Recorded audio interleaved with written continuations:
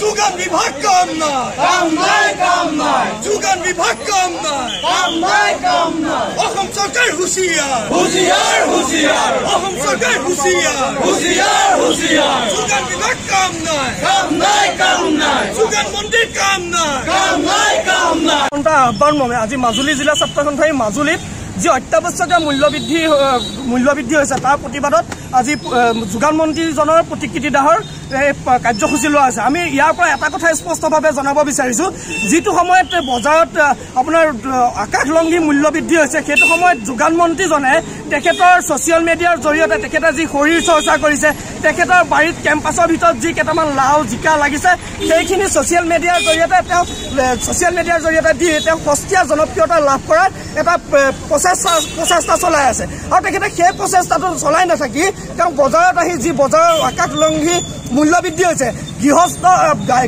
গৃহিণীয়ে পাকঘৰলৈ সোমাবলৈ ভয় লগা এটা পৰিস্থিতিৰ সন্মুখীন হ'বলগীয়া হৈছে। জীৱনদায়িনী ঔষধৰ মূল্য বৃদ্ধি হৈছে। আজি যি কেজি ৰহৰ দাইলৰ মূল্য আগৰ 110 টকা আছিল, সেই ৰহৰ দাইলৰ মূল্য আজি 200 টকা কেজি। আৰু সেইখিনিত গুৰুত্ব নিদি তেওঁ নিজৰ শৰীৰ চৰ্চা বা তেখেতৰ বাৰীত কেইটামান জিকা বা ভেন্দি লগা যি ফটো তেওঁ ছ'চিয়েল মিডিয়াৰ জৰিয়তে প্ৰচাৰ কৰি আছে, সেইখিনি নকৰি তেওঁ যোগান বিভাগটোত গুৰুত্ব দিব লাগে। আৰু আজিৰ প্ৰতিবাদস্থলীৰ পৰা এটাই স্পষ্টভাৱে দাবী জনাইছোঁ, যি মূল্যবৃদ্ধি হৈছে সেই মূল্যবৃদ্ধি অসম চৰকাৰ তথা যোগান বিভাগে নিয়ন্ত্ৰণ কৰিব লাগে।